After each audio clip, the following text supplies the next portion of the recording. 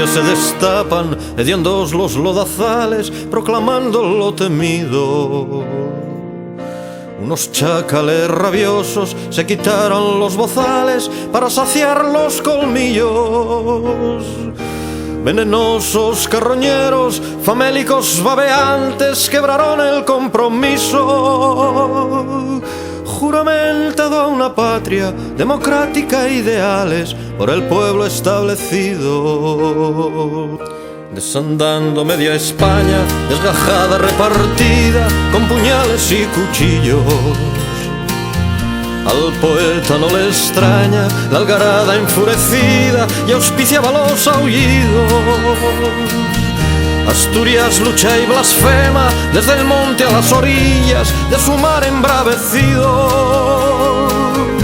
Huele todo a hierro y fuego, a pólvora y dinamita, sangran cemento y tomillo. Desde Castilla traigo a la zaga 4 jinetes de peste y sarna. Noches de Asturias como desangra, tanta inocencia la muerte espanta. Gris de Galicia, calma obligada, paro en Lisboa. Adiós España.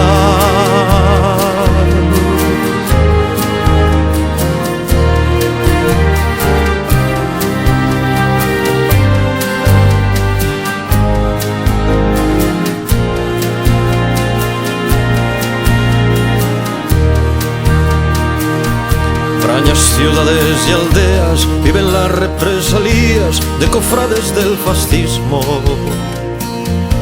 En Luarca cae preso, confinado por la envidia del mentecato más ínfimo. Cárcel que hacina humildades, desahuciados de la vida, en las cunetas sus nichos. El empeño de Rosario, la amistad comprometida, le libran del paseillo.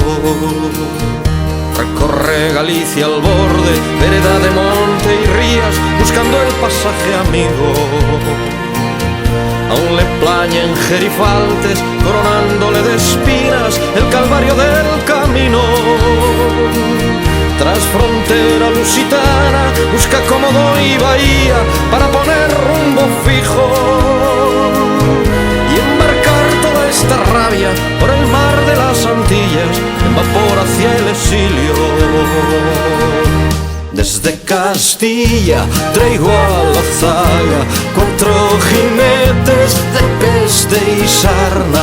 Noches de Asturias como desangra, tanta inocencia la muerte espanta.